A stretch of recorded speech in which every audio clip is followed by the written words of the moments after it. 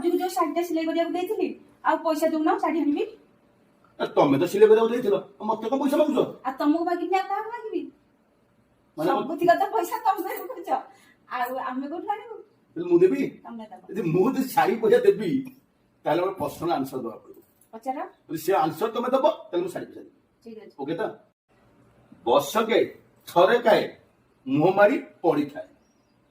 ବର୍ଷକେ ଥରେ ଖାଏ ମୁହଁ ମାରି ପଡିଥାଏ।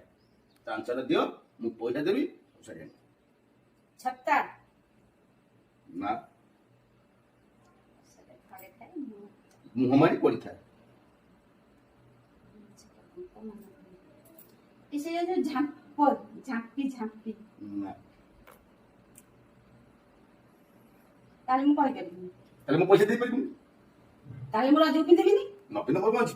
ସାଙ୍ଗମାନେ ଆପଣ ମାନେ ଆନ୍ସର ଦିଅନ୍ତୁ। କମେଣ୍ଟ ବକ୍ସରେ ଲେଖିକି ଦିଅନ୍ତୁ।